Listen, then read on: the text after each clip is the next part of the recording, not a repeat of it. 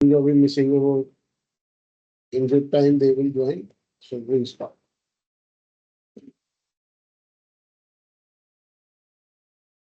The first thing that we discuss today is the idea of life insurance.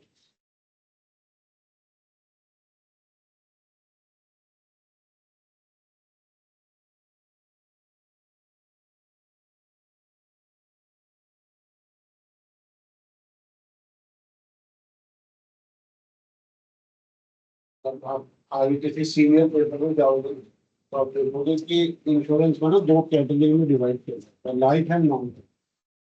आपने तो सुना होगा life insurance होती है, हेल्थ इंश्योरेंस होती है, जनरल इंश्योरेंस होती है, राइट.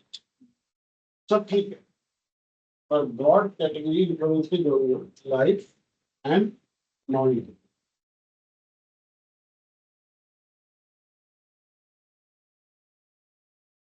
तो नॉन लाइफ इंश्योरेंस हम किसी और पेपर में डिस्कस करेंगे. आज हम लाइफ इंश्योरेंस पर फोकस करते हैं. But I will start with non life insurance.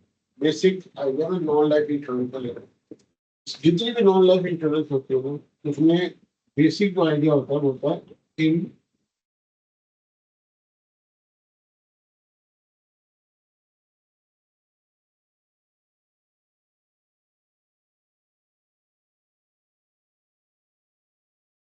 indemnification. Indemnification means making good someone loss. Making good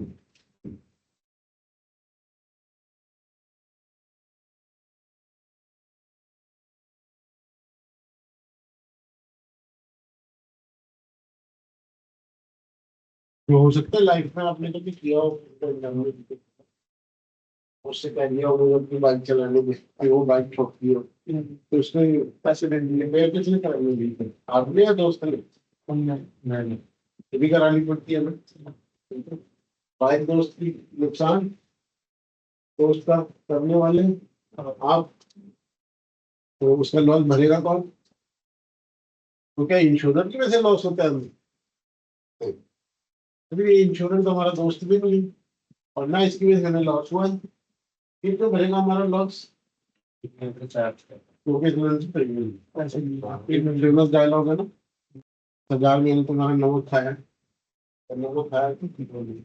अब जो भी था, ठीक है. तो तुमने हमारा प्रीमियम खाया है, प्रीमियम अगर तुमने खाया है तो क्लेम कौन उठाएगा? ठीक है. So whether for loss to be made good, for loss to be indemnified, it is the first requirement that the loss must be quantifiable. Quantifiable in money terms, financial terms. Financial measurement जरूरी है.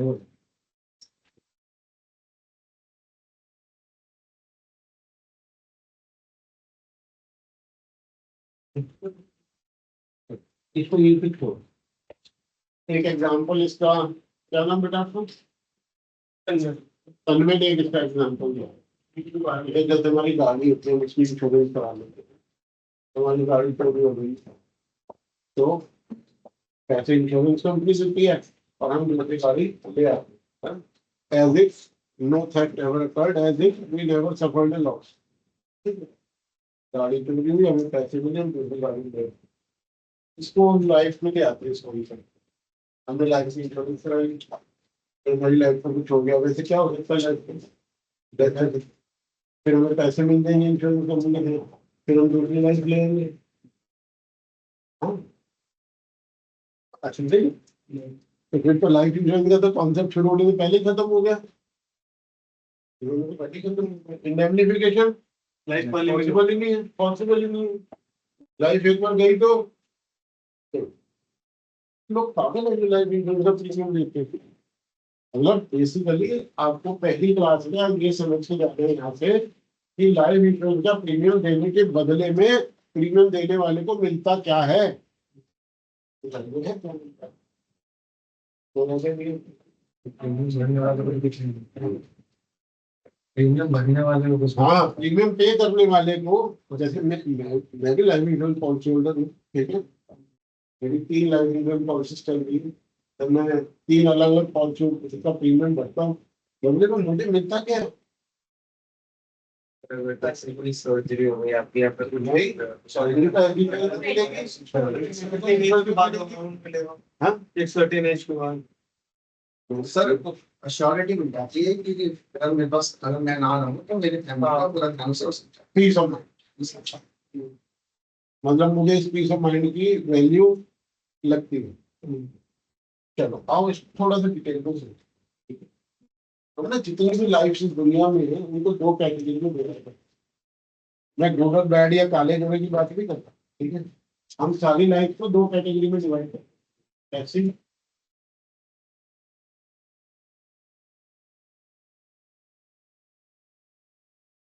आप कौन सी category में आते हैं?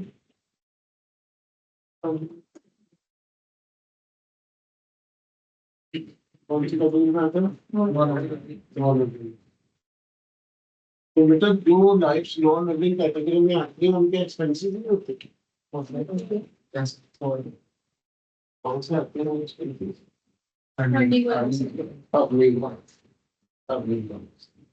तो ये जो अर्न करते हैं ना, सीधे अपने खुद के एक्सपेंसेस तो मीट करते ही हैं। और क्यों क्यों रिस्पॉन्सिबिलिटी क्यों? Dependent system. That is the family system, that is the family system. तो उसी के खर्चे कौन उठाता है? ठीक है, वो गंदे वाले बात नहीं करनी, वैसे पड़ोसियों के खर्चे कौन उठाता? तो पापा बच्चों का खर्चा उठाते हैं और खुशी खुशी उठाते हैं, पता कोई टेंशन नहीं। तो अर्निंग लाइफ और नॉन अर्निंग लाइफ का जो डिवीजन है ना, ये स्पेस क्रिएट करता है लाइफ इंश्योरेंस, ये स्पेस क्रिएट करता है। जो अर्निंग लाइफ है उन्होंने अपने डिपेंडेंट्स, हम इन्हें डिपेंडेंट्स बोल सकते हैं, ये फाइनेंशियली इंडिपेंडेंट है और ये फाइनेंशियली डिपेंडेंट, ठीक है? हाँ, अगर आप कमाने तो लगे हो पर बहुत थोड़ा कमाते हैं तो भी आप फाइनेंशियली डिपेंडेंट हो सकते हैं, राइट? तो हमारे लिए ज्यादा एप्रोप्रिएट टर्मिनोलॉजी है financially independent and financially dependent. तो जो फाइनेंशियली इंडिपेंडेंट लाइफ है वो अपने सारे एक्सपेंसेस तो अपनी इनकम से निकालते ही हैं, और अपने ऊपर जो डिपेंडेंट है वो बूढ़े माँ बाप हो सकते हैं, है ना?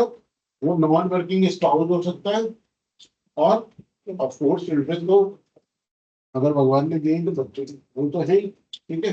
ये सब फाइनेंशियल डिपेंडेंस हो सकते हैं। किसी घर में, ये तो नॉर्मल केस है, किसी घर में कोई भाई बहन हो सकते हैं जो, है ना, जो कमाते ना हो और उनको कोई और किसी तरीके की फिजिकल या मेंटल इश्यूज हो तो वो भी डिपेंडेंट हो सकते हैं। तो ये जो फाइनेंशियली इंडिपेंडेंट लाइफ है ना, इनको टेंशन है क्या? के बाद क्या होगा? अब तक मैं हूँ इस दुनिया में, तब तक तो इनको काम चल रहा है, मुझे भी करना है। तो मुझे कुछ हो गया तो,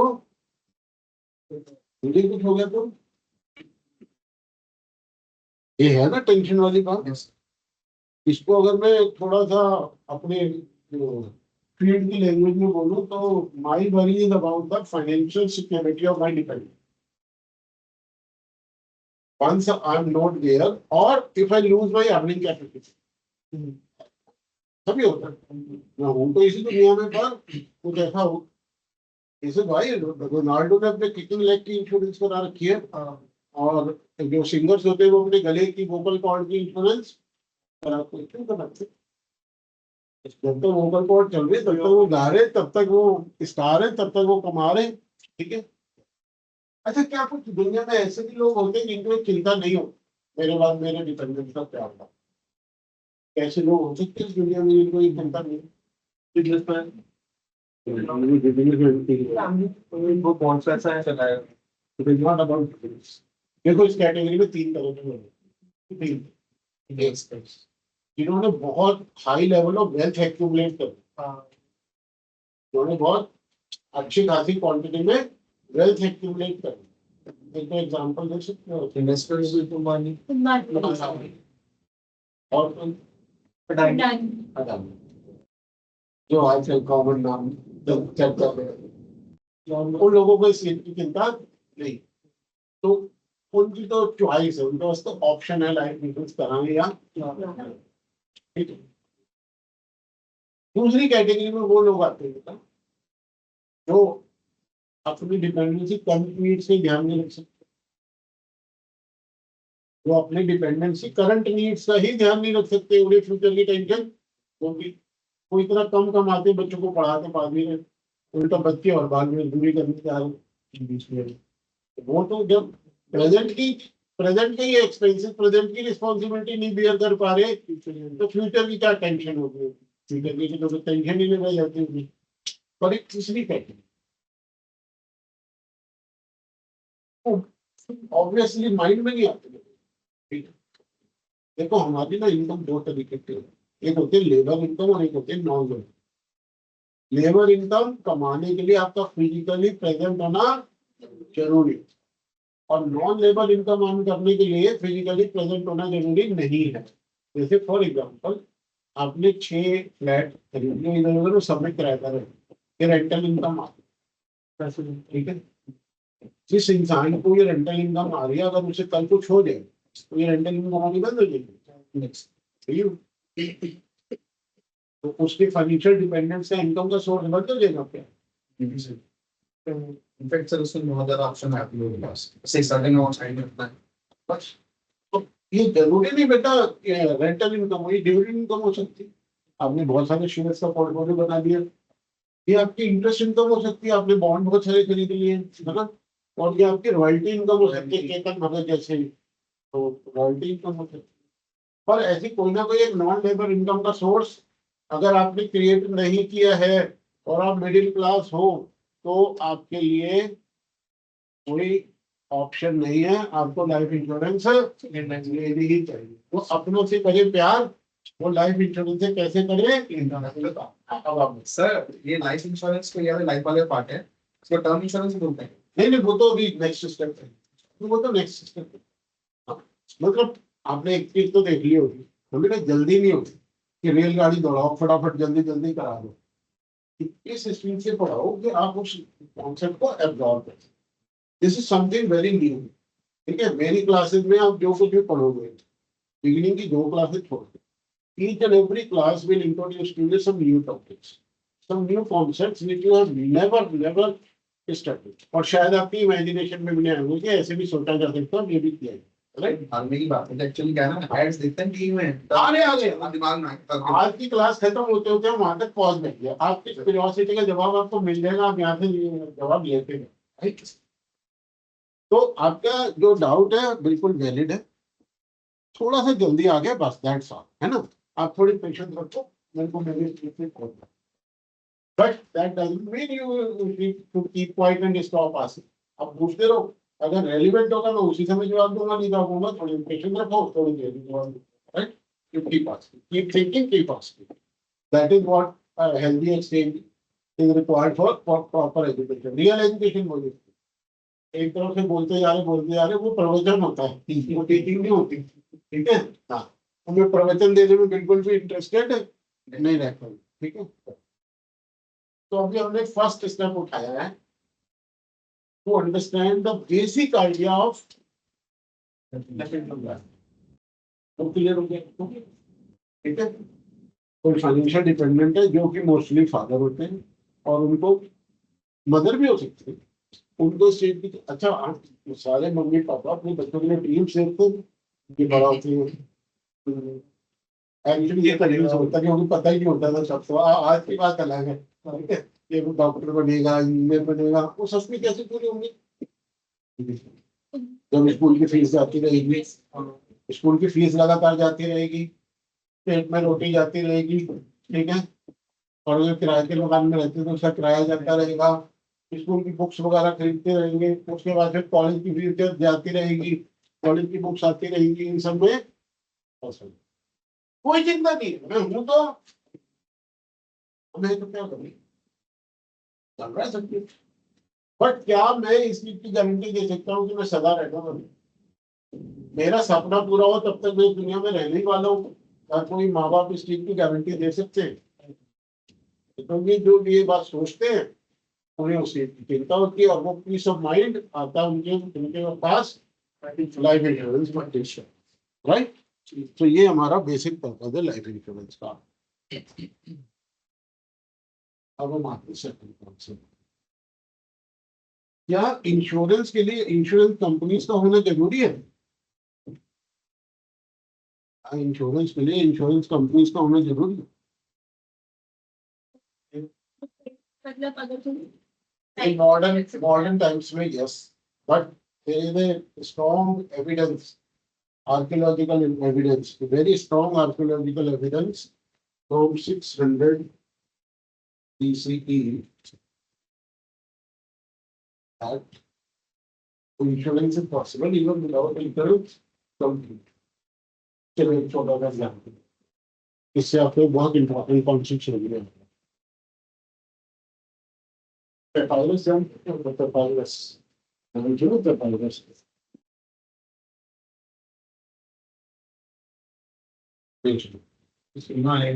हमारे जितने पुराने ग्रंथ होते हैं ना वो ताड़ के पत्रों पे लिखते हुए मिलते हैं, क्योंकि ताड़ का पेड़ ग्रीस में भी होता था इसलिए। तो वो ये उनका सारे पुराने डॉक्यूमेंट पेपायरस को मिलते हैं। किसी टाइप ऑफ पेड़ जिसको हार्ड बनाया जाता है, किसी पेड़ का दूध निकालते वाइट सिक्रेशन होता है, उसको लगा के उसको धूप में सुखा के हार्ड बना लेते थे, फिर उसके ऊपर लिखते थे। That is called papyrus. तो आर्कियोलॉजिस्ट को अपने बिल्डिंग में एक पेपायरस मिला है, इसमें कि ये थोड़ा डिटेल्ड में डिस्क्रिप्शन है कि once upon a time there was a village in Greece, इनके ऊपर भगवान को ज्यादा ही मेहरबानी थी। किस तरीके से मेहरबानी थे? वो बिजली बहुत थी। अब किसी के खेत में बिजली गिर गई तो उसकी फसल जल के खत्म हो गई, किसी के घर पे बिजली गिर गई तो सब डिस्ट्रॉय हो गया। अब ये जब कई साल तक हुआ तो विलेजर्स ने एक मीटिंग बनाई और उनकी मीटिंग बुलाने से बिजली की बंद हो गई। ठीक है, तो मेरा इसका लाइटनिंग का तो हम कुछ नहीं कर सकते, पर ऐसा भी नहीं है कि हम कुछ नहीं कर सकते, चलो कुछ करते हैं। तो उन्होंने बड़ा सा मटका क्योंकि हर कोई इसमें पैसे डालेगा, हम भी अपनी अपनी श्रद्धा के अनुसार करते करते टाइम उस मटकी को सील करके उस कमरे को सील करके एक डेढ़ से डाल दें। क्योंकि अब देखते हैं बिजली किसने होते हैं, तो क्या कर लेंगे, ये मटका उसको मिलेगा, सारा पैसा घर पे गिरेंगे। इसके घर पे, जिसके खेत पे बिजली गिर गई, फाइनेंशियल लॉस तो उसी को हुआ है ना, उसके पास ये राइट होगा कि यहाँ से मटका निकाल ले और सारे पैसे अपने पास रख। ठीक है, तो आपने मटके में जो पैसे डाले हैं वो आपका प्रीमियम है ना। और अगर आपके घर पे बिजली नहीं गिरी तो किस्मत खराब है आपकी, आपको मटका भी नहीं मिला, पैसे भी नहीं मिले, है किस्मत खराब। पहले तो ये बताओ, सबसे इम्पोर्टेंट एक्सपीरियंस, क्या कोई भी गांव वाला दुखी होगा अरे नहीं तो किस्मत चलती है उसके पैसे बेकार हो जाए, कोई वो करता है कोई ऐसे? That is the desirable outcome, you hoped for that outcome, right. जैसे घर में गिर गई बिजली उसको क्लेम मिलेगा।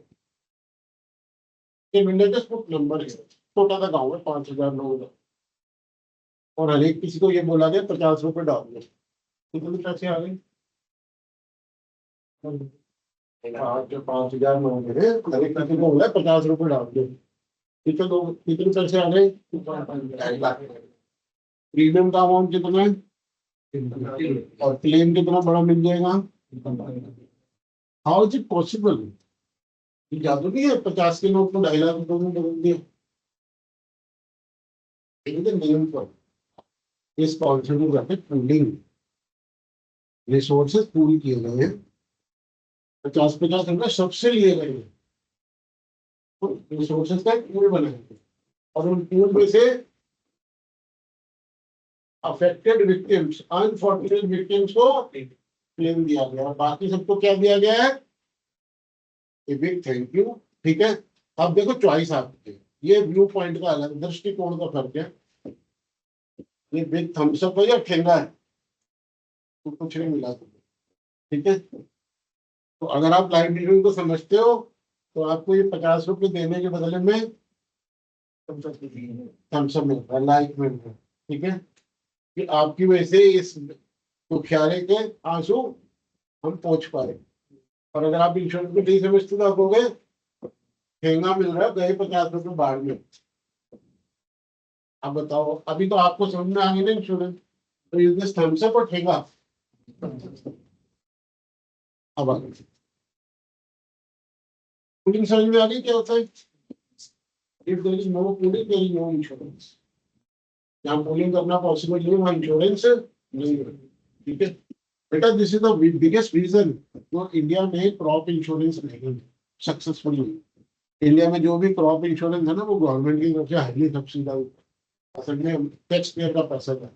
यूरोप में तो एग्रीकल्चर इंश्योरेंस बड़ी सक्सेसफुल है, इंडिया में क्यों नहीं है? पता होना चाहिए आपको, as future actually you might be able to find a solution for this problem. Sir sir on the scheduled lands में whatever. Okay, this is what we are fed when we study economics, right? Reason to follow. Sir दूसरा ये भी था soil के knowledge नहीं है लोगों को।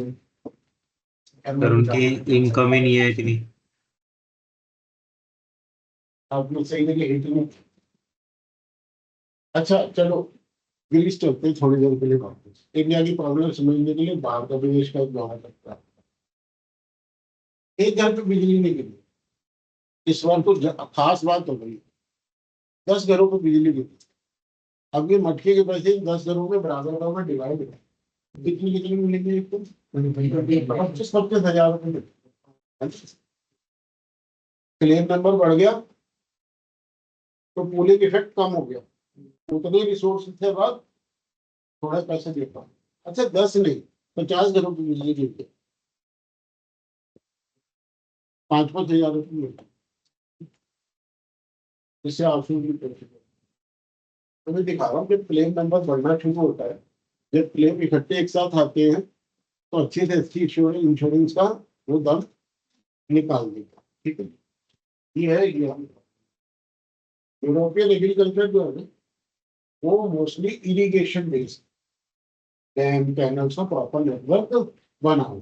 ठीक है, तो अगर आपकी फसल खराब होगी ना, तो वो रीजन होंगे स्पेसिफिक टू यू,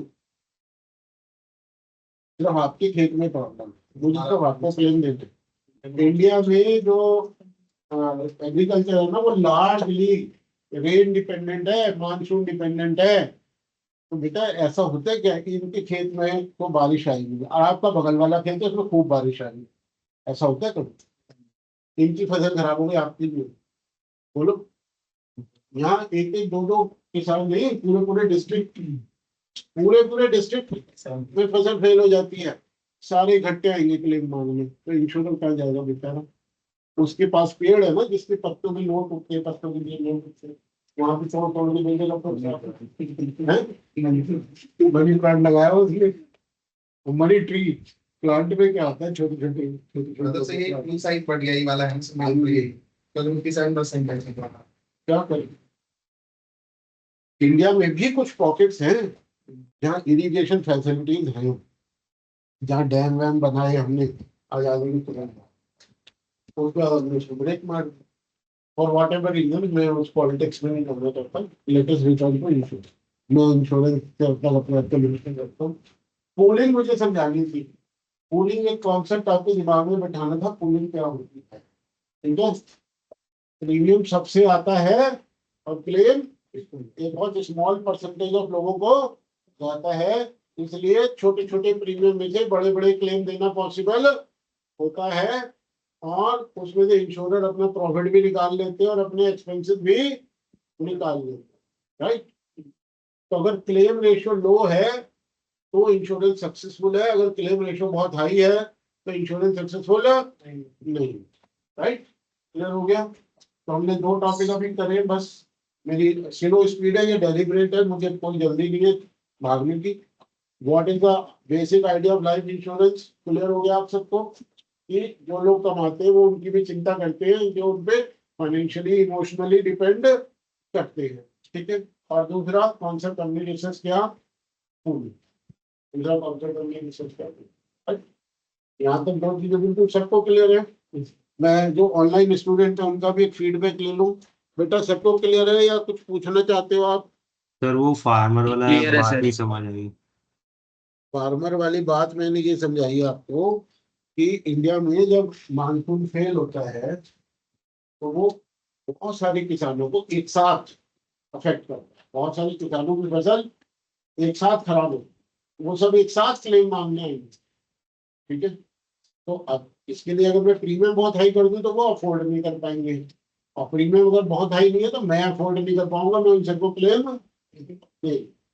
ठीक है, यूरोप में वो मानसून पे डिपेंड नहीं करते एग्रीकल्चर, वो इरिगेशन पे डिपेंड। ठीक है, तो जब फसल खराब होगी तो किसी एक दो किसान की होगी, सबकी एक साथ नहीं। राइट।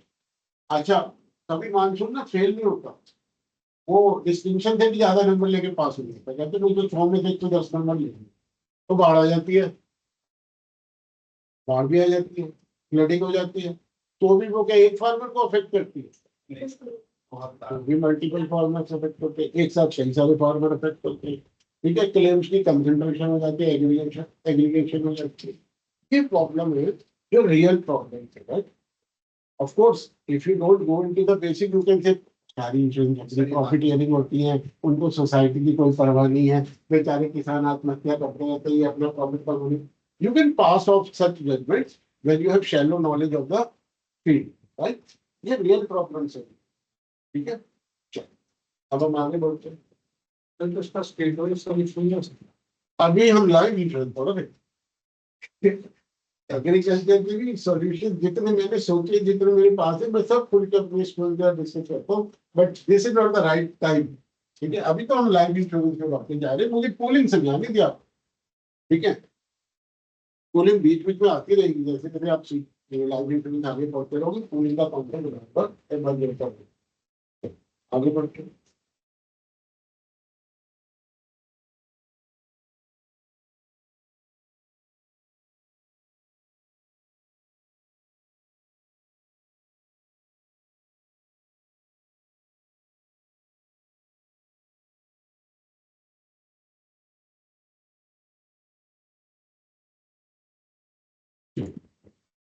इस बात को आगे प्रोटेक्शन ऑफ फाइनेंशियल यही बेसिक पर्पज है। और जब ये प्रोटेक्शन में करवा देता हूँ तो मुझे मिलती है फीस में। तो सबसे पहले ये बात करते हैं कि अपने कस्टमर को हम समझाए कैसे कि ये लाइफ इंश्योरेंस में आपको सिर्फ ये पीस ऑफ माइंड मिल रही, और कुछ नहीं। कैसे समझाए? उसके लिए एडवर्टाइजमेंट वगैरह बनाई जाती है। तो बहुत अच्छा एडवर्टाइजमेंट है, जो मेरे हिसाब से इस क्लास का बेस्ट एडवर्टाइजमेंट है, वो है HDFC में। एक फैमिली का सेटअप दिखाया, 10 सेकंड में अपनी बात करें। उसमें एक मेहमान आए हुए, बच्चा रिमोट की कार से खेल रहा है और वो गाड़ी बेड के नीचे कहीं गिर जाती है, वो मिल गई। बच्चा ऑब्वियसली परेशान हो रहा है, उसकी गाड़ी नहीं गिर सकती, तो मेहमान पहले वो पता क्या करते हैं, बेटा आप चिंता मत करो, हम आपको दूसरी कार दें। तो मैंने पूछा, बेटा मेरे पापा दिलाएंगे, आप क्यों दिलाओगे? पापा दिलाएंगे। देखा वो है, पीछे से वॉइस होगा रहता है, अगर पापा खो गए तो, पापा खो गए तो कार खो गई तो कौन दिलाएगा? पापा। पापा खो गए तो, देखो इतनी बड़ी बात कितने शॉर्ट में कितने अच्छे से, उसके लिए है लाइफ इंश्योरेंस। एक ऐड और डिस्कस करते हैं, वो भी HDFC के लिए निकाल के। देखो बढ़िया ऐड बनाने में HDFC बनता है, और खराब ऐड बनाने में अविवा बनती है। और नंबर 2 पे मैक्स, मैक्स एकदम घटिया दो तरीके, वो भी समझा देता हूँ। पहले का पता है, एक दोस्त दूसरे दोस्त को एयरपोर्ट पे ड्रॉप करने का है। अचानक दोस्त को याद आता है कि भाई मैं अपने भाई को तो कुछ पैसे देते नहीं आया, तो वो कुछ नोट निकाल कर अपने दोस्त को देता है कि वापसी में भाभी को इकट्ठी दी। वैसे पर यार तेरे को भी ज्यादा टाइम नहीं लग सकता, तेरे पैसे, हाँ ज्यादा टाइम नहीं, तो वो और पैसे नहीं लगता, तो ये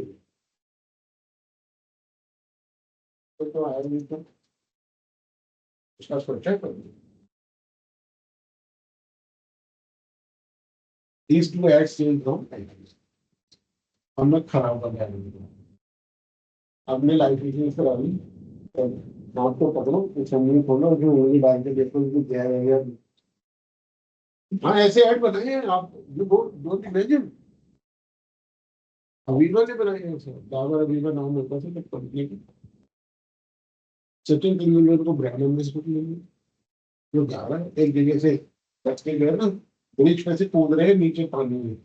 आपने देखा होगा गाँव की तरफ से अक्सर बच्चे करते हैं, कूद एक ब्रिज पे से बड़ी ऊंचाई से नीचे पानी में चला हुआ। तो पहले तो सचिन ब्रिज की पाता, फिर वो भी अपना फोन निकाल के बोली, फोन निकाल के तो खुल के लिए क्यों आपने इंश्योरेंस करा ले, तो खुल के जियो, तो ट्रेन का भी खुल जाओ। सारे ऐड ऐसी हैं, सारे ऐसे रख दिया, this is not life insurance, this is not license to take chances, to love your dependents. Life insurance does not give you license to take risk in your life. आप क्या फर्क पड़ता है, आपको मैंने कराया है, let's not like it, right? ऐसे नॉट्स के भी सारे अलग ऐसे और रहने ये सर मिसलीडिंग ऐड हो गया ना। हाँ, मिसलीडिंग है। क्योंकि सर आदमी ऐसे कूदेगा, अगर मान लो मजे में भी कूद गया, हाँ, तो वो तो सुसाइड डिक्लेयर कर देंगे, गया इंश्योरेंस। और क्या, बहुत ही ज्यादा मतलब। पर ये कि देखो, इसके लिए नॉलेज होनी चाहिए, वो जो ऐड बना रहा है उसको, ऑडियो से ऐड बना था उसको, इसकी क्योंकि समझ होनी चाहिए, राइट? तो मैंने आपको शॉर्ट में ये बता दिया what is life insurance, what is not life, right? अब आते हैं आपके सवाल, ठीक है? कि ये हम प्रोटेक्शन इंश्योर कैसे करते हैं, और क्या लाइफ इंश्योरेंस है प्रोटेक्शन तक लिमिटेड है? नहीं, मॉडल लाइफ इंश्योरेंस को आज हम कहते हैं प्रोटेक्शन प्लस प्लस, मतलब प्रोटेक्शन के अलावा भी हम कुछ देते हैं। कैसे देते हैं वो समझने के लिए आओ सीधा अपने सिलेबस पर आओ, क्या क्या है हमारे सिलेबस में।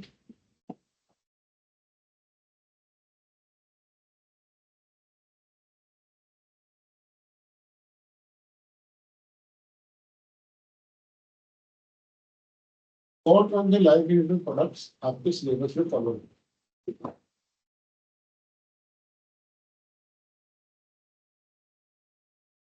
अच्छा, कितने और आपने शब्द यूज किया था टर्म इंश्योरेंस, ठीक है? टर्म इंश्योरेंस नाम की कोई की मीनिंग सुनिए, ठीक है? आपको ताजुब लग रहा है सबको, it is basically term assurance, और यही आज का आपका होमवर्क, होमवर्क आपके पास है, आपके पास इंश्योरेंस और अश्योरेंस में क्या डिफरेंस होता है, यही कल की क्लास में डिस्कस है। टेक्निकली हम मतलब बोल जाते हैं term insurance, but term insurance ऐसी कोई चीज होती नहीं, that is basically term assurance. Difference में आज तो नहीं, आज मैं क्यूरियोसिटी के साथ चाहता हूँ आप जाओ, इस क्यूरियोसिटी के साथ जाओ, मुझे लगता है आज ही रास्ते में सर्च करने लगो, क्लास से निकलते सर्च करने लगो, बट कल हम इसे खुल के डिस्कस करने वाले हैं कि what is the technical difference between insurance and assurance, right? हाँ भाई, और कोई नाम, वैसे कार्तिक को सारे नाम पर, और मैं कार्तिक को बोलने की परमिशन दी। फिर मैं तड़प रहा हूँ बोलने के लिए। हाँ, कार्तिक चुप रहो। बाकी किसी को कोई आइडिया हो, बाकी किसी ने कभी नाम सुन रखा हो, बोलना चाहते हो, कंटिन्यू करना चाहते हो? टर्म इंश्योरेंस तो सर यही है ना, इसमें तो मोस्टली ऐसे कोई लोन लेके है, नहीं वो अगर मेरा तो लोन्स वगैरह नहीं, बिजनेस शॉर्ट है। ऐसा नहीं। मैं इनकी सबकी इंट्रोडक्शन दूंगा आपको, सब कुछ समझा के नहीं दूंगा, पहले जो लिस्ट बना ले इसमें भी बता,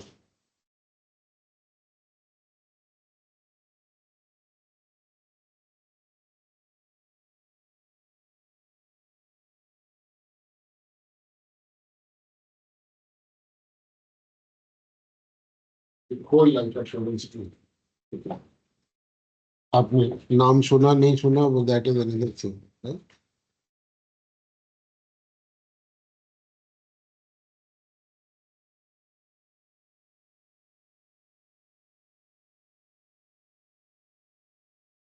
आप कुछ याद आए?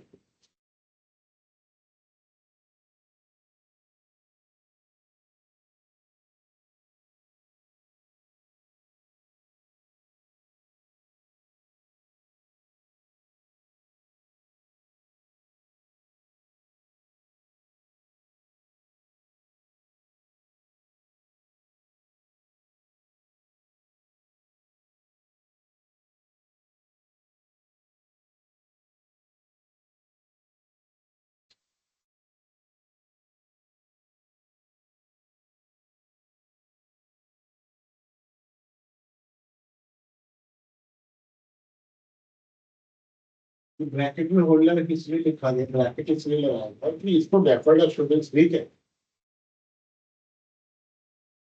पूरा नाम तो डेफर्ड होल्डर स्टूडेंट्स है, पर इसे शॉर्ट में डेफर्ड स्टूडेंट्स भी कहते हैं। और आपके कई एग्जाम क्वेश्चन में इसे डेफर्ड स्टूडेंट्स के नाम से ही रेफर किया हुआ, right. So that must not cause any confusion. किसी ने पूरा नाम लिख दिया, किसी ने शॉर्ट नेम लिख दिया, वो are talking of the same.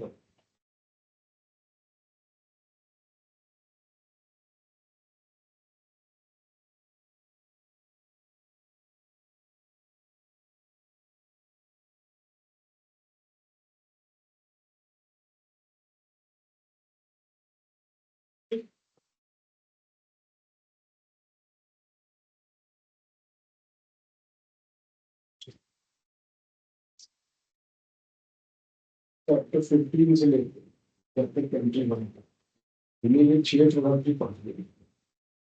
इनके अलावा तो बहुत प्रोडक्ट जो भी नए प्रोडक्ट्स इंट्रोड्यूस होंगे वो चैप्टर 20 में। मैं पहले आपको मेरे डी आइडिया देती हूँ। हम चैप्टर 15 से 21 तक तो किसी ऑर्डर में पढ़ेंगे, जिस ऑर्डर में चैप्टर से वन बाय वन आगे पीछे करके नहीं पढ़ेंगे। Then we will skip chapter 23, 23 तक। ये तीनों चैप्टर स्किप करेंगे और सीधा हम चले जाएंगे चैप्टर नंबर 25।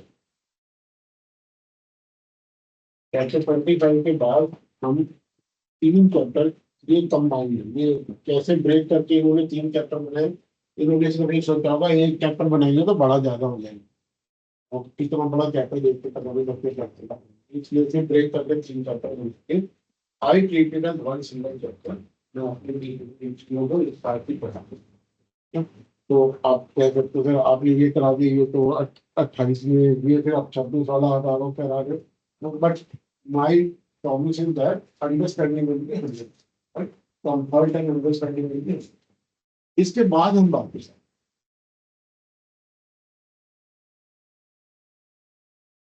तो बेसिकली आपको इतने सारे चैप्टर इन्हीं 6 प्रोडक्ट की बेसिस पर करने, जो भी नए प्रोडक्ट इंट्रोड्यूस होंगे इनसे अलग वो सब तीन चैप्टर्स में।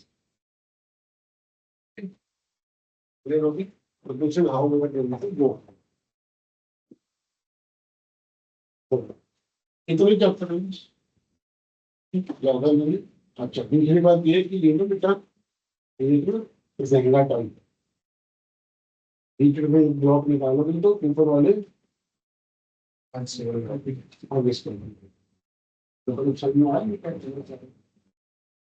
चैप्टर 15 के कॉन्सेप्ट चैप्टर 16 से ऐसे ऐसे जुड़े हुए हैं कि आप सोचते कि नहीं मैं तो पैराशूट से लैंड करूंगा, चैप्टर 16 सीख लूंगा। नहीं, वो कच्चा पक्का ही है, ठीक है। फिर उसी में चैप्टर 17 भी ऐसे जुड़ जाता है, 18 भी ऐसे जुड़ जाता है। 18 बेसिकली वो चैप्टर है, 18 में ना कोई भी नया कॉन्सेप्ट नहीं है। देखो 15, 16, 17 को फॉलो किया, उसकी थोड़ी प्रैक्टिस कर लेते हैं, थोड़ा टेबल देखना सीख लेते हैं, थोड़ा कैलकुलेटर चला लेते हैं, ठीक है। कि जितने कॉन्सेप्ट है उनके रिकॉल हो गए, नए सिंबल आए हैं वो आपको इजीली रिकॉल होने लगे। टेबल देख के आप उनकी वैल्यू कम से कम करने लगो। इस सिर्फ इसी पर्पज से पेपर 18 बना दो, ठीक है। फिर 19 में फिर नए कॉन्सेप्ट शुरू हो जाएंगे, जो कि 15, 16, 17 को बिना समझना। तो अगर आप इसमें चेन ब्रेक करते हैं तो आपको ये ध्यान रखना होगा कि अगली क्लास से पहले पहले मैं उसे पढ़ता हूँ, तो आप बहुत अच्छे रहोगे। और हंसते हंसते ये सबसे आसान पेपर है, ये पूरे एक्सपीरियंस लेवल का सबसे आसान पेपर है, उनके लिए चेन, ठीक है। और मेरी बात में विश्वास नहीं है तो एक बार चेन तोड़ के देख लीजिए तो पता चल जाएगा, ठीक है। बस चेन नहीं तोड़ना आपको, मेरी स्पीड से स्पीड मेंटेन करके रखना, पता भी नहीं चलेगा कब हो गया, हंसते हंसते, ठीक है। कॉन्सेप्चुअली कोई हैवी पेपर नहीं है ये, बहुत ज्यादा डिमांडिंग पेपर नहीं है, प्रैक्टिस मांगता है, रजिस्टर भी वैसा वाला।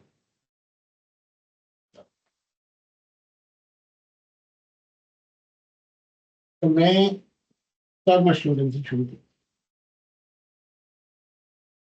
टर्म स्टूडेंट, ठीक है। और इनमें टाइम लाइन बना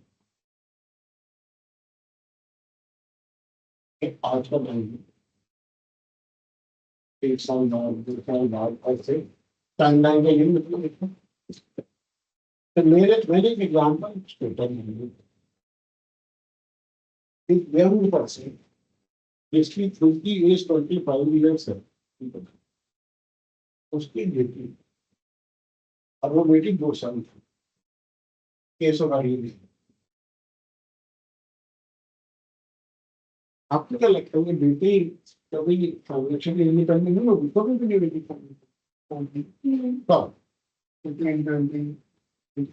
मान लेते 25 की उम्र में कैरियर बन जाता है, चलो बहुत डिले कर देते, 27 की उम्र तक तो कैरियर बन जाता है, हम अर्न कर रहे हैं, हायर स्टडीज में भी जाए तो 27 तक अर्न कर रहे हैं। तो मतलब ये तरफ अगले 25 साल की टेंशन, तो अगले 25 साल की टेंशन नहीं यहाँ पे। और तब उसकी एज क्या हो जाएगी? हर टर्म इंश्योरेंस के टर्म, मेरे एग्जांपल में इसकी टर्म कितनी है? 25। ठीक है, तो ये इंश्योरेंस कंपनी को कॉन्टेक्ट कैसे, मैं आपको हर दिन फीलिंग देता रहूंगा या देती रहूंगी, ठीक है? और इस पॉलिसी में नॉमिनी भी होगा, बच्चा बहुत छोटा है, एक नॉमिनी भी होगा, वो मामा हो सकते हैं, चाचा हो सकते हैं, कोई भी हो सकती है, बुआ हो सकती है। तो इंश्योरेंस कंपनी प्रॉमिस करेगी कि अगर ये 25 साल के अंदर अंदर आपकी डेथ होती है, जो भी पॉलिसी का सम, उसे हम कहते हैं सम अश्योरेंस।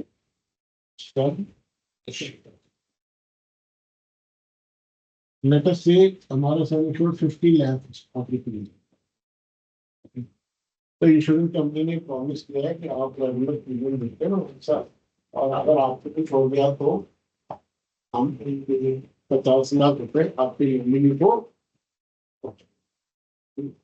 अब वो 50 लाख रुपए इस बच्चे की पढ़ाई पूरी करने में सफिशियंट होंगे, इनसफिशियंट होंगे, वो सारी सोचनी हम इंश्योरेंस कंपनी का नहीं।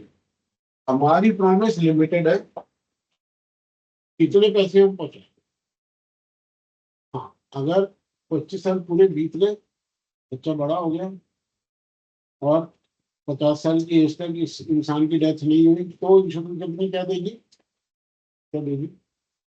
चॉइस आपकी है, 2 ऑप्शन दे रहा हूँ, थम्सअप या ठेगा।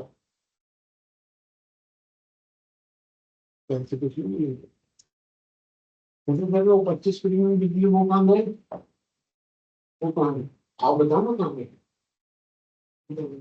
हाँ, हम तो पैराशूट से थोड़ी है पहुंचे, पहले 2 कॉन्सेप्ट बताए उसके बाद ही आया हूँ। कहाँ गए वो पैसे जो 25 प्रीमियम दिए? वो गए पूल में, वो गए पूल में। अरे इसके घर बिजली नहीं गिरी, किसी के घर तो गिरी होगी। जितनी पॉलिसी मैंने बेची थी 10,000 20,000, उसमें से कोई भी नहीं मरा होगा।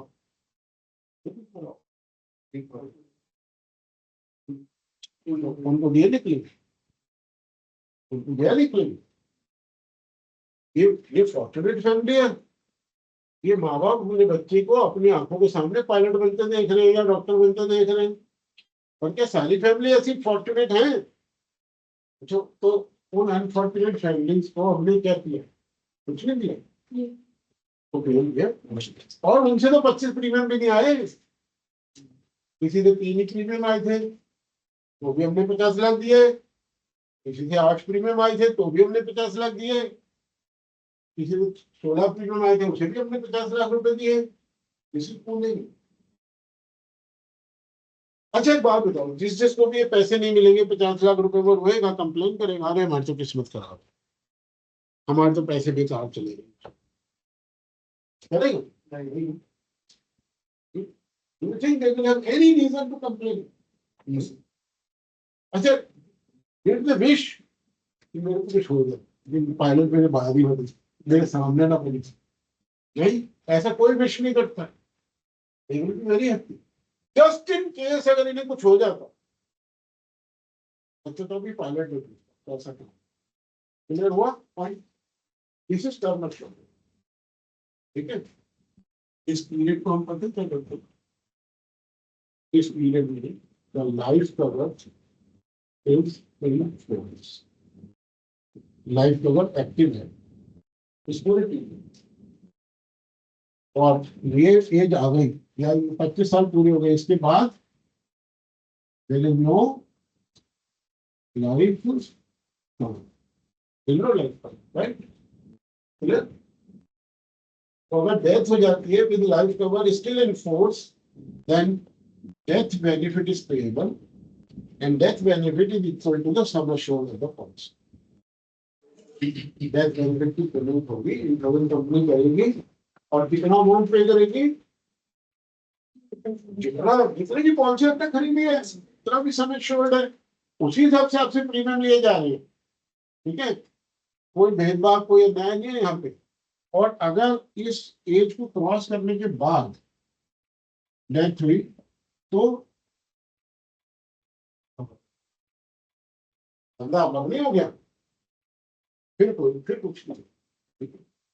तो देखो, आपको जिस चीज का डर था, आपको जिस चीज की टेंशन थी, वो यही तो थी ना कि मैं अपने बच्चे के को पायलट बनता ना देख पाऊं, तो तब भी वो पायलट बन जाए, मैं ना देख पाऊं तब भी वो पायलट बन जाए। पैसे की वजह से उसकी पढ़ाई ना रुक, उसका इंतजाम हो। लिसन लाइक, आप बेटा शायद यही बात पूछना चाह रहे थे। ठीक है, दिस इज क्वेश्चन। अगर आपसे ये पूछ लिया जाए, मतलब मैं ये नहीं कह रहा फाइनल एग्जाम, मेरे असाइनमेंट में तो होने वाला है, अगर आपसे एक सवाल पूछ लिया जाए कि टर्म स्टूडेंट खरीद के कस्टमर की कौन सी नीड सेटिस्फाई होती है, तो इसका जवाब होगा प्योर प्रोटेक्शन। प्योर प्रोटेक्शन के अलावा और कोई नीड कवर नहीं होती। तो कस्टमर नीड से अगर मैं लिंक करूं तो कहते हैं प्योर प्रोटेक्शन। प्रोटेक्शन नहीं है, जिसको भी आप प्रोटेक्ट करना चाहते थे, प्रोटेक्शन के अलावा इसमें कुछ भी नहीं है, कुछ भी। सिर्फ प्रोटेक्शन है, पीस ऑफ माइंड है, नथिंग अदर टाइम। हाँ, जितना आप अब 20 साल की ले लो, 30 साल की ले लो, वो चॉइस आपकी, चॉइस आप 50 लाख की ले लो, 60 लाख की ले लो, 1 करोड़ की ले लो, वो चॉइस आप। और आपकी पेइंग कैपेसिटी तो होनी चाहिए ना, जितनी बड़ी पॉलिसी लोगे प्रीमियम भी उतना, तो ऑब्वियसली ज्यादा होगा, राइट? तो टर्म एश्योरेंस समझ में आ गई, लाइफ इंश्योरेंस का पर्पस समझ में आ गया। Any student who is attending online, क्या इसमें कोई क्लैरिफिकेशन चाहिए, कोई डाउट है, कुछ पूछना चाहते हो, please raise your hand first.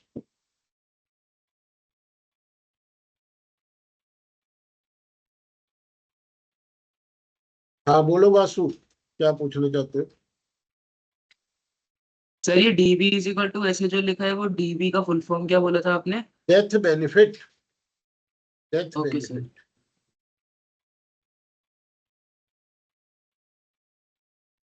DB stand for death. अब हम बढ़ते हैं होल लाइफ। अब हम देखते हैं होल लाइफ एश्योरेंस कैसे, और होल लाइफ एश्योरेंस को समझाने के लिए जो दिमाग से टाइमलाइन पर लिखता है। नाम से क्या लग रहा है होल लाइफ? नाम से कभी भी कभी एक मूवी आई थी 102 नॉट आउट, देखिए देखिए सर, क्या क्या देखा था आपने, उसमें खास बात क्या थी 102 नॉट आउट की? सर उसमें अमिताभ बच्चन अपने बेटे का फ्यूचर सिक्योर करना है। मैं जिस उससे चीज सभी पर ध्यान दिलाना चाहता हूँ वो ये है कि जब इंसान खुद इतना बूढ़ा होता है तो उसका बेटा कितना बूढ़ा होता है, बताओ। चलो बहुत ज्यादा नहीं तो इतना तो हो गई, इतना तो हो गई, है ना? आंसर कैरियर भी करेंगे, कौन से स्कूल की फीस देनी है, कौन से कॉलेज की फीस देनी है इसकी, बोलो। ये तो टेंशन नहीं बची ना। तो क्या इंसान की सिर्फ प्रोटेक्शन नहीं भी होती, कोई और नीड नहीं होती? There is a reason need, that is called inheritance need। और हर बंदे के अंदर ये इच्छा होती है कि मैं अपने बच्चों के नाम कुछ छोड़ के जाऊं, संपत्ति छोड़ के जाऊं। इससे कल को मेरा श्राद्ध करूँ, श्राद्ध चल रहा है, इसलिए मुझे कनेक्शन हो गया। ठीक, एक जन संपत्ति छोड़ के नहीं जाते, उनके बच्चे नहीं करते श्राद्ध, नहीं करते, करते हैं। नहीं करते, बच्चे नहीं करते, ठीक है। But there is a desire, है ना, सबके अंदर होती है डिजायर, नहीं होती।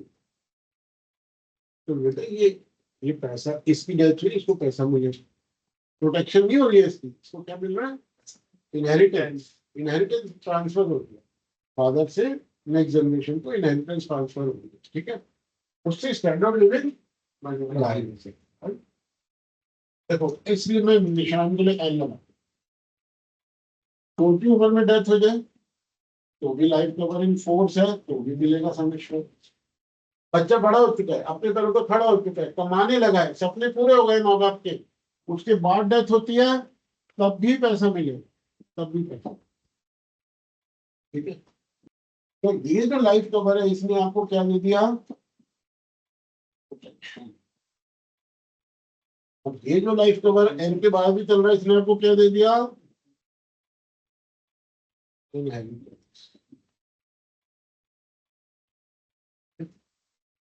और बेटा इंडिया का तो नहीं पता, मैं बात करना नहीं चाहता इंडिया की, यूके की बात नहीं, इंडिया का भी पता है, पहले यूके में, यूके में ना इनहेरिटेंस पे टैक्स लगता था, तब इंडिया में लगता था, इंडिया के बाद बात नहीं करेंगे, अब आपने बोल दिया तो करेंगे। इनहेरिटेंस पे टैक्स लगता है, और बहुत अच्छा होगा tax, at minimum 17.5%।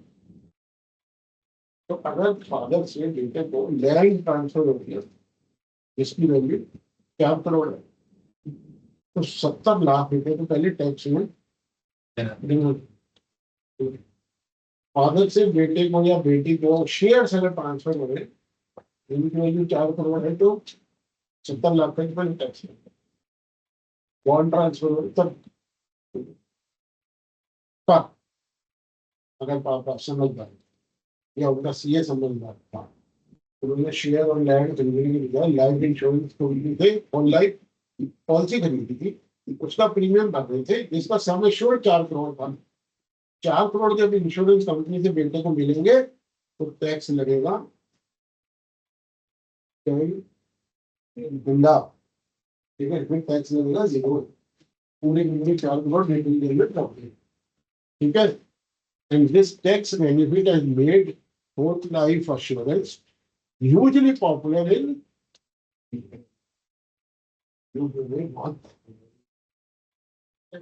inheritance ensure that the most tax efficient method, है ना।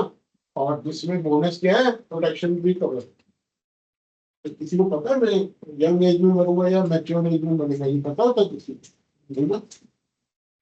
यंग एज में डेथ हुई तो बच्चे की पढ़ाई भी रुक गई थी, ओल्ड एज में डेथ हुई तो उसका level of living standard boost हो गया, राइट।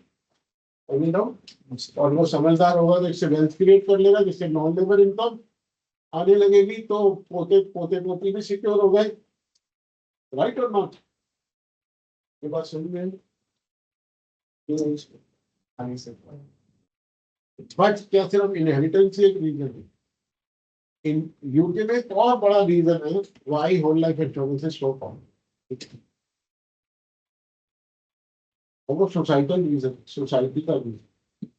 वहां पर क्या करते हैं, 16 साल के हुए घर से निकालते हैं, नहीं पता, और उसको वो क्या कहते हैं, फाइंड योर ओन फीट, क्या आटेदार का बहुत या डेवलप योर ओन विंग्स, इस दुनिया में अपनी दम।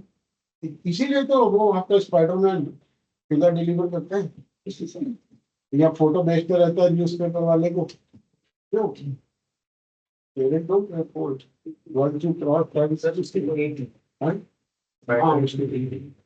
आंटी कौन सा सपोर्ट करती है, आंटी भी रहते हैं, रोटी तोड़ता रहता है,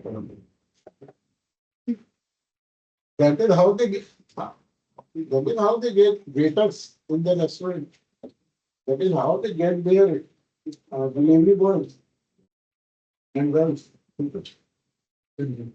देखो तो अब ये बच्चा जो है अगर कोई बन जाता है तो अच्छी बात है, नहीं बन जाता तो गुस्से में आ जाए, मेरे पे लिए पैसे कॉफी के, मेरे पे लिए पैसे अंडरटेकर के। हाँ,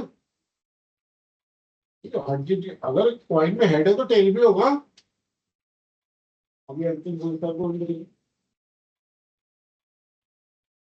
तो लोग अपने जी पे भी सारा इंतजाम करते थे, कॉफी पसंद कर लेते, उसको एडवांस दे देते हैं, बाकी कर लो, इंश्योरेंस सिलेक्ट फिल्म में नहीं करते हैं। ठीक है, अंडरटेकर से भी बात कर लेते हैं, अपनी जमीन दिखाते हैं सेनेटरी में, कब्रिस्तान में, इस जगह पे गाड़ देना, ये वाले माल बनता, ये वाला पत्थर लगा देना, उसमें ये लिख देना। ठीक है, नहीं पता आपको ये बात? तो इन फ्यूनरल एक्सपेंसेस की गारंटी कौन लेता है? मुर्दे से कैसे निकालेंगे पैसे? ठीक है, इन फ्यूनरल एक्सपेंसेस की गारंटी कौन लेता है?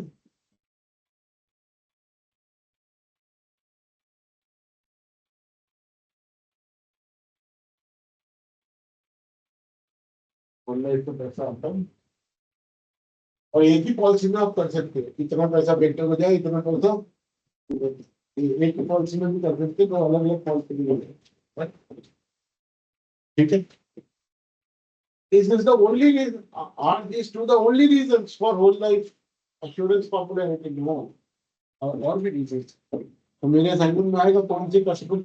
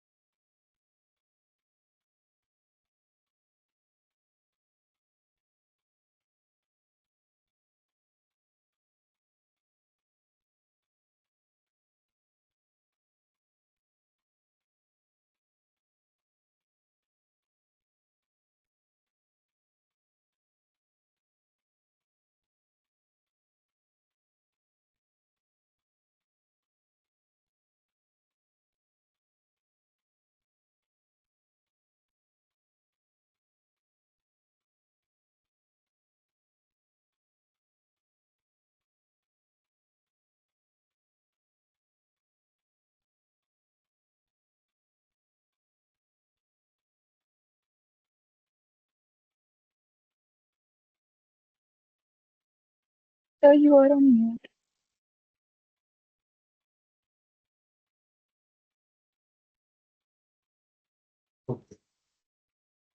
Audio video perfect? Yes, sir. Yes, sir.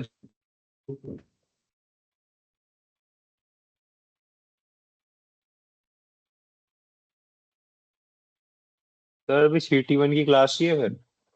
है 15-20 मिनट की बात है।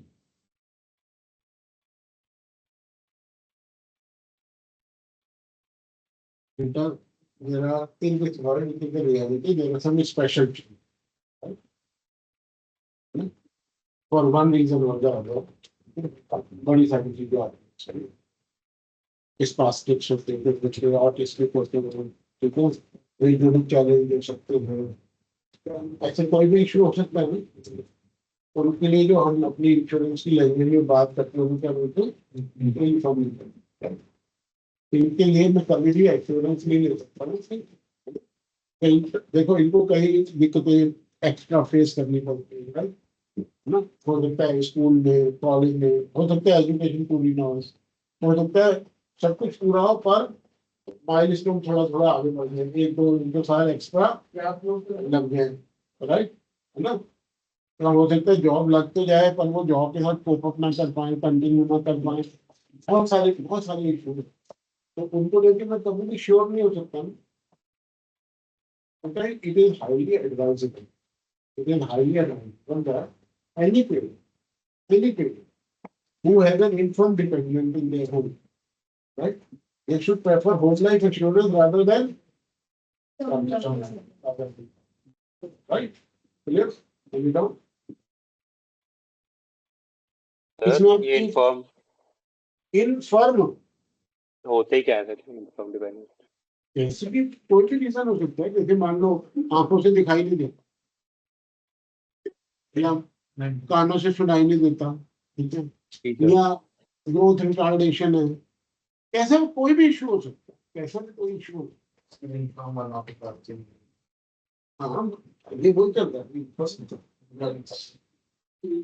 ऐसे डिपेंडेंस के साथ आप गारंटी नहीं ले सकते ना कि अगले 20 साल में अपनी एजुकेशन कंप्लीट करके ये फाइनेंशियली इंडिपेंडेंट हो ही जाएगा।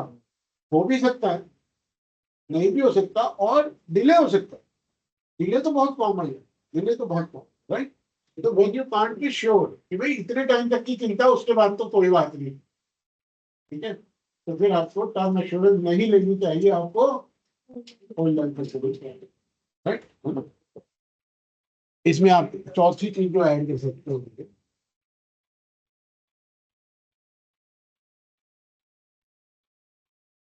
है ना, लाइक इन माई केस, है ना, my spouse is home maker. बच्चे तो पढ़ लिख के पैरों पर खड़े हुए भी एक दिन कमाने लगेंगे, बट होम मेकर तो होम मेकर ही रहना, तो चिंता नहीं करनी चाहिए उनकी, नहीं करनी चाहिए। या तो बताओ कि मैं अगले 25-30 साल में ना वेल्थ इतनी एक्यूमुलेट कर लूंगा कि जब wealth will take care of. अगर इसकी गारंटी नहीं है तो फिर टर्म इंश्योरेंस से बेहतर है। Now I close the topic, इतना ही बताना था उनको कौन कौन सी कस्टमर नीड होती है। तो जो कुछ भी आपको टर्म इंश्योरेंस मिलता है वो होल लाइफ से मिलता ही मिलता है ना। और इसमें ना ये किसी को नहीं, किसी को नहीं, जो नहीं फुल सम इंश्योर्ड मिलेगा। पर्सन को नहीं मिलेगा। हाँ ये बात, सम इंश्योर्ड अगर लेना है ना तो सिर्फ प्रीमियम देने से काम नहीं बनेगा। पहले प्रीमियम दे दिए ना, अब जान दे, उसके बाद मिलेगा सम। मिलेगा किसको? नॉमिनी को। हाँ इसने प्रीमियम दिया उसको तो कुछ नहीं मिलेगा, ठीक है। पर हाँ ये कभी सिचुएशन नहीं आएगी कि अरे मेरे तो सारे प्रीमियम गए, वेस्ट हो गए, ऐसी सिचुएशन कभी आ रही है ना। इसमें क्लेम रेशियो 100% है। अगर मैं 1 लाख पॉलिसी बेचूंगा, 1 लाख पॉलिसी को क्लेम देना पड़ेगा, किसी को थोड़ा जल्दी, किसी को थोड़ा देर से, क्लेम सबको देना, राइट। टर्म इंश्योरेंस में ऐसा नहीं है, जो अगले 25 साल में मरेंगे उन्हीं को क्लेम देना पड़ेगा, बाकी तो किसी को नहीं पड़ेगा। अच्छा एक बात बताओ, हमें क्या सिर्फ अपनों की ही चिंता करनी चाहिए, अपनी खुद की चिंता नहीं करनी चाहिए? सिर्फ अपनों की चिंता करनी चाहिए, अपनी भी चिंता करनी चाहिए सर। अच्छा देखो एक बात, जो लोग कमाते हैं वो हमेशा कमाते रहेंगे, हमेशा कमाते रहेंगे, एक दिन वो रिटायर भी होंगे, नहीं होंगे रिटायर। उस रिटायरमेंट के बाद क्या वो फाइनेंशियली इंडिपेंडेंट रह जाएंगे? मैं उन लोगों की सोच रहा हूँ जिन्हें पेंशन नहीं मिलती, बहुत स्मॉल पोर्शन होता है सोसाइटी में जिनको पेंशन नहीं मिलती, ठीक है। मुझे कौन देगा पेंशन? मैं सेल्फ एम्प्लॉयड हूँ, मुझे कौन देगा pension? There will be a day in my life when I hang my boots. There will be a day in my life when I stop earning. उस समय मैं फाइनेंशियली इंडिपेंडेंट होगा, dependent, ये तो डिपेंड करता है मेरे फाइनेंशियल प्लानिंग पे, तो डिपेंड करता है मेरी फाइनेंशियल, तो अगर मैंने अपनों की चिंता करने के साथ साथ अपनी भी चिंता की होगी तो मैं फाइनेंशियली इंडिपेंडेंट होगा, नहीं तो मैं फाइनेंशियली डिपेंडेंट होगा। ऐड के माध्यम से। हाँ हाँ कोई। सही वाला तो नहीं, मेरा ऐसे कह रहा था जीवन के साथ। अरे अरे वही आ रहे वही आ रहे। पर एक चीज नहीं बताने वाला हूँ, इंश्योरेंस और एश्योरेंस के बीच में डिफरेंस क्या होता है ये तो मैं चाहता हूँ आप लोग एक्सप्लोर। और मैं आपको एक थोड़ी सी वार्निंग भी देता हूँ, इन्वेस्टोपीडिया में जो मिले वो मेरे पास नहीं मिले। इन्वेस्टोपीडिया में जो मिले वो मेरे पास मत लेके आए, वो कचरा में लेकर कुछ क्वालिटी एक्सेप्ट करनी पड़ेगी, ठीक है। पहला लिंक इन्वेस्टोपीडिया का आया, उसमें जो लिखा हुआ आपके नाम से यहाँ पे वो बंदे हम नहीं करें। मैं इन्वेस्टोपीडिया पे क्रॉस लगा रहा हूँ बड़े वाले, ठीक है। इन जानती सोर्स को जानती सोर्स को नहीं मिलेगा तो कोई बात नहीं, मैं भूलना समझाने के लिए, पर एटलीस्ट स्टार्टिंग पर होगा ना, एफर्ट तो डालेंगे। हाँ वहां तक हम पहुंच जाएंगे जिनकी साथ में हाँ हाँ बोलो।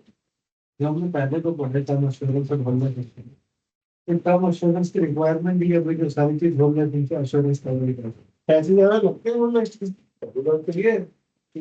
और दूसरी बात ये कि मुझे वेल्थ एक्यूमुलेट करनी है, नहीं करनी, ठीक है।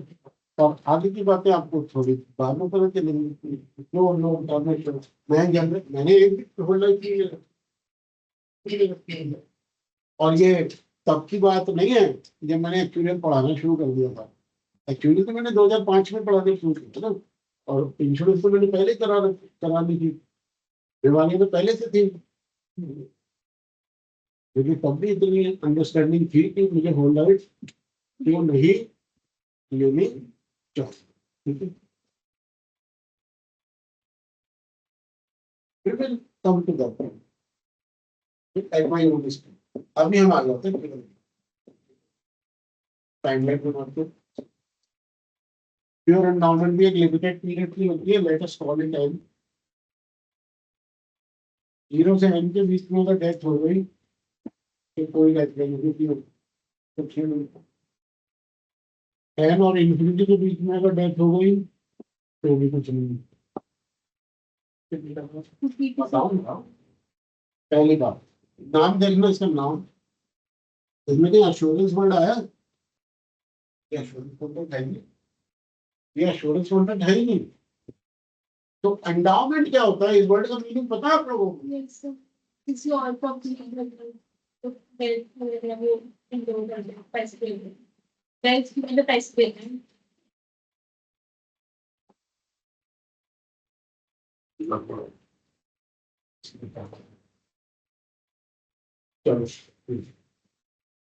Endowment is any resource that I can use for my sustenance. खुद को जिंदा रखने के लिए, खुद को संभालने के लिए मैं जिस भी रिसोर्स का सहारा लेता हूँ वो मुझे एंडाउमेंट, ठीक है।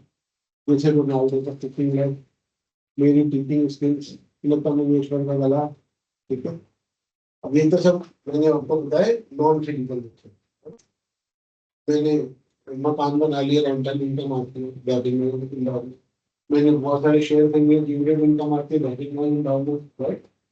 तो endowment is any source of substance जिसके दम पे मैं जी सकता हूँ, ठीक है। तो ये एंडाउमेंट क्रिएट करनी है, ठीक है। और ये तो एन में डिसाइड करता हूँ ना, ये अपनी रिटायरमेंट के हिसाब से डिसाइड, ठीक है। तो if I die before retirement, insurance company pays me nothing, but if I survive to the retirement date, if I survive to the end of the policy, then I receive a survival benefit, not death benefit. उस policy में कोई death benefit नहीं होता, क्योंकि ये अपनों के लिए बनाई हुई पॉलिसी नहीं है, ये अपनी चिंता के लिए बनाई गई पॉलिसी है। अगर मैंने 1 करोड़ की प्योर एंडाउमेंट खरीदी है तो मुझे वो 1 करोड़ रुपए पॉलिसी की डेट जिस दिन खत्म होगी, जिस दिन पॉलिसी मैच्योर होगी, उस दिन वो 1 करोड़ रुपए मिलेंगे। अब वो मैं अपने बच्चों को दे दूं, उसमें आग लगा दूं, किसी चैरिटी को दे जाऊं, या उससे वर्ल्ड टूर पे चला जाऊं, उसे मेरी मेरी ठीक है। अब मैं यूके के एग्जाम्पल देखता हूँ। अब लोगों से यूके इंडिया को आपने मुझे नहीं बताया टैक्स का क्या होता है, इनहेरिटेंस का, कल बता, ठीक है। क्योंकि मैं टिपिकल एग्जाम्पल, अच्छी खासी जॉब लगी, वेल पेइंग जॉब है, कंप्लीट बंगला भी दे रखा था मुझे, रिटायरमेंट होते के लिए शादी करेंगे, फिर बंगला कहाँ जाती, इस प्रोसेस वर्ल्ड टूर में करना, याद खरीदना एक सपना, याद खरीदनी, इस प्रोसेस होता है। एक और बहुत बड़ा यूज है, सबसे बड़ा यूज, हमने मेरे छोटे छोटे यूज के पास सबसे बड़ा यूज पता है क्या? मैं एक नॉन ऑर्गेनाइज सेक्टर में काम करता हूँ तो मुझे पेंशन नहीं मिल रही, मैं सेल्फ एम्प्लॉयड हूँ तो मुझे पेंशन नहीं मिल रही, तो ये वाली पॉलिसी खरीदता हूँ, यहाँ पे मुझे पैसा मिलेगा, इस पैसे से मैं एक पेंशन एनुटी मिलती है, तो मुझे हर महीने 10,000 या 25,000, जैसी मेरी नीड है, हर महीने मुझे वो 40,000 देते रहेंगे टिल टाइम। तो जब ये लैपटॉप बंद हुआ उससे पहले मैं आपको ये चीज बता था कि HDFC ने इसके ऊपर मुझे बहुत ही ब्यूटीफुल आया, बहुत ही ब्यूटीफुल, आई लव दैट। शायरी भी तो उसका कि ना, एक बेटी अपने मम्मी पापा से मिलने, और जब भी मिलने आते उनकी नीड के हिसाब से, तो मैं अपनी उनकी नीड के हिसाब से कई अच्छी चीज लेके आए, बहुत ध्यान रखते हैं। तो उस एड में इतनी 10 सेकंड में इतनी बात है कि वो पापा जो है ना उसके बेटे को, अपने ग्रैंडसन को एक बड़ी बढ़िया सुंदर सी साइकिल गिफ्ट की।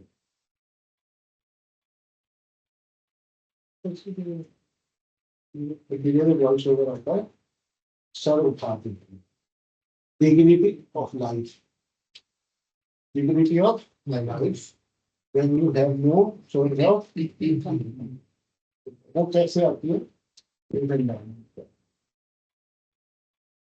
इस पैसे को आप कैसे यूज करोगे, इसकी मल्टीपल यूज हो सकते हैं। मैंने अभी बंगला लेकर ना दिया, उसके लिए मैंने लोन लिया, ठीक है, तो इंटरेस्ट ओनली लोन एक तरह का नहीं होता, जिसमें मैं हर महीने इंटरेस्ट देता जा रहा हूँ, प्रिंसिपल वापस नहीं कर रहा। जब मेरे को पैसा मिलेगा तो पूरा लोन उसी में पे कर दूंगा, और उस दिन के बाद से इंटरेस्ट ऐसे यूजर्स इस पॉलिसी को क्लियर करते हैं। इसमें अपनों की कोई चिंता, अपनों की बिल्कुल कोई चिंता नहीं, सिर्फ मेरा क्या, रिटायरमेंट का मेरा क्या, रिटायरमेंट का मेरा 2+3 कितनी होती है? गलत, तो नहीं, अभी देखो ये दोनों कॉन्ट्रैक्ट को एक ही में मिला दो, ये वाला कॉन्ट्रैक्ट, एंडाउमेंट भी और अपनों की भी चिंता और अपनी भी चिंता, बस इतना सा फर्क होता है इस कॉन्ट्रैक्ट, बस हो गया, ये endowment insurance excuse me sir. Protect. हाँ जी बेटा। सर प्योर एंडाउमेंट एक बार वापस समझा दोगे प्लीज? अच्छा, प्योर एंडाउमेंट में कोई अश्योरेंस वाला एलिमेंट नहीं होता, किसी डिपेंडेंट की कोई परवाह नहीं होती, मेरे बाद मेरे डिपेंडेंट्स का क्या होगा ये इस पॉलिसी का ऑब्जेक्टिव ही नहीं होता। इस पॉलिसी का, प्योर एंडाउमेंट का एक ही ऑब्जेक्टिव होता है, जब मैं अभी करना बंद कर दूंगा तो मेरा क्या, इस बीच है survival benefit, survival that's benefit on survival benefit. जब मैं अर्न करना बंद कर दूंगा, जब मैं रिटायर हो जाऊंगा तो मेरा क्या होगा, मेरे खर्चे कैसे चलेंगे, मैं किसके आगे हाथ फैलाऊंगा, और अगर हाथ फैलाना पड़ा तो where will be dignity of life. तो मैं अर्निंग बंद करने के बाद भी फाइनेंशियली इंडिपेंडेंट रहना चाहता हूँ, ठीक है, किसी पे डिपेंड होना नहीं चाहता, उसके लिए मैं ये पॉलिसी करूँ। पॉलिसी के टाइम कंप्लीट होते हैं तो मुझे मेरा समय शोर, इन दोनों को एक ही में कंबाइन कर दो तो हो गई जिंदगी के साथ भी, जिंदगी के बाद भी एलएलसी, ठीक है। अगर यंग एज में डेथ हो गई तो ये मेरा, ये पैसा मेरे अपनों के पास, और यंग एज में डेथ नहीं हुई, बच्चे बड़े हो गए, सपने पूरे हो गए, तो ये पैसा मेरे अपने पास या तो अपनों के काम आएगा या अपने काम। पैसा जरूर मिलेगा, ठेला कभी। तो हम बोल रहे हैं डेथ के बाद ही लिखते हैं। हाँ, जिसमें एश्योरेंस लिखा है ना, सिर्फ एश्योरेंस, तो इसमें डेथ लिखा है। इसमें सिर्फ एंडाउमेंट लिखा है, उसमें डेथ के बाद कुछ नहीं मिलेगा। इसमें दोनों एलिमेंट है, एंडाउमेंट का एलिमेंट भी है और एश्योरेंस। एंडाउमेंट का एलिमेंट भी एश्योरेंस है, राइट? ठीक है, लॉक कर दिया जाए। यहाँ तक जितना हुआ अच्छे से सब समझ में आया। लेट अस रेज्यूम टू ये 2 कॉन्ट्रैक्ट कर दिया, काम ओवरशूट हो जाएगा। आपको भी मिडिल क्लास में होगा, मेरा भी आगे का पूरा शिपिंग ड्राइवर हो जाएगा, राइट? बट मेरा ऑब्जेक्टिव ये रहता है जितना भी कवर होना वो इतना अच्छे से कवर हो कि आपको बार बार उसको सोचना न पड़े। बार बार क्लैरिटी पूरी है ना, कोई कंफ्यूजन तो नहीं है ना किसी तरीके की। तो ये 2 कॉन्ट्रैक्ट डिस्कस करते हैं। कल हमें ये भी देखना है कि इंडिया में इनहेरिटेंस टैक्स का क्या सीन है। कल हमें ये भी देखना है इंश्योरेंस और एश्योरेंस में क्या डिफरेंस है। कल हमें ये दोनों भी देखने हैं और फिर हम सीधा कल की क्लास में ये क्वेश्चन रेज करेंगे कि इस सब में एक्चुअल वर्क क्या होता है। इस सब में पूरे प्रोसेस में एक्चुअल वर्क क्या है, what is the actual work, and what is the thing we must know before we can do any actuarial work in this world, right? तो कल की क्लास में इंट्रोडक्शन पूरी कंप्लीट हो जाएगी और अगले हफ्ते से हम सीधा एक्चुअरियल चीजें पढ़नी शुरू करते हैं। अगर सर प्योर एंडाउमेंट में हमारी डेथ हो गई रिटायरमेंट से पहले कुछ नहीं मिलता। कहाँ गए सारे प्रीमियम? मैं बताता हूँ, पूल में। कहाँ गए सारे प्रीमियम? ठीक है, सिंपल। बेटा किसी के पास भी मनी ट्री नहीं होता, ये मान के चलो, मनी ट्री किसी के पास, ठीक है? पैसा रिसाइकल होता है, इधर से आ रहा है इधर जा रहा है, इधर से आ रहा है इधर, बस। ठीक है, आपको समझ में आएगी ये चीजें तो हार्ट बर्न नहीं होगी, आए मेरा पैसा काम में। ठीक है, नहीं समझ में आएगा तो आपको हार्ट बर्न होगा, आए यार मेरा पैसा काम गया, ये कोई लूट लिया हमने। ठीक है, so that is all in this video. Thanks for watching. Thank you sir. Okay. Sir new link आएगा इधर ही।